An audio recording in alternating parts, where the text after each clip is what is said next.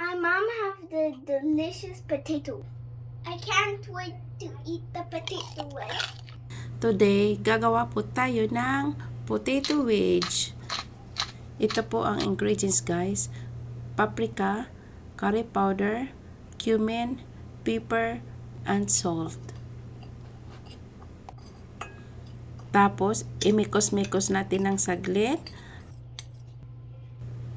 Tapos, cut your potatoes like these sizes. Hindi masyadong malaki, hindi rin masyadong maliit. Then, add olive oil or any cooking oil. Tapos, mikos-mikos mo ulit. Then, i-add mo na yung mixture natin ng ingredients. Tapos, mikos-mikos na naman.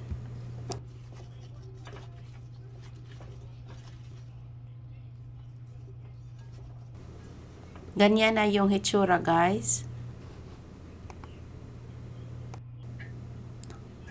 Now, we will prepare 2 tablespoons of corn flour and 2 tablespoons of wheat flour and add little salt.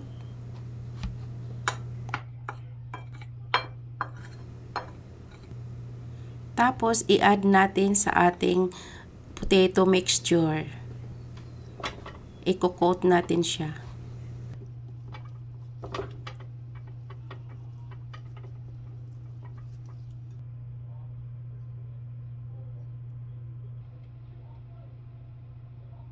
I-fry na natin. Check muna natin kung mainit na po yung oil. Dapat naka-high heat tayo.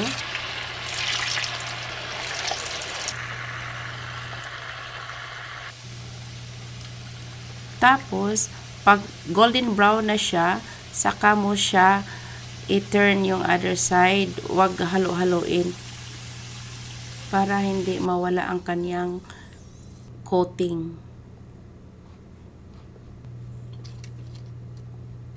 O, diba? Ang ganda-ganda niya. Looks very crunchy.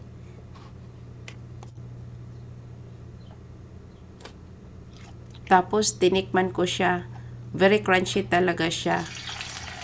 Ang sarap. Same lang din ang procedure sa pag-fry, guys. This is our next batch na.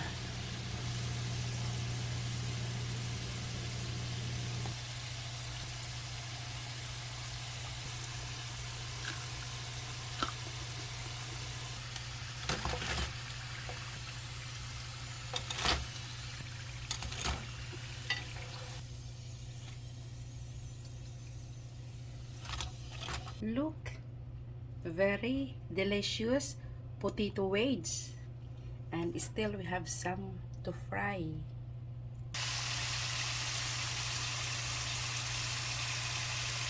Super delicious and crunchy.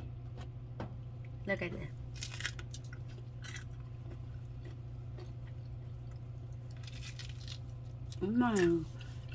Still hot.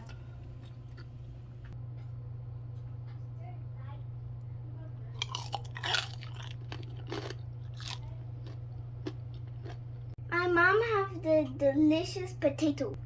I can't wait to eat the potato wedge. It's very delicious. It's so tasty and crunchy. Try niyo po ito, guys. Very easy recipe. At saka, alam mo na very organic.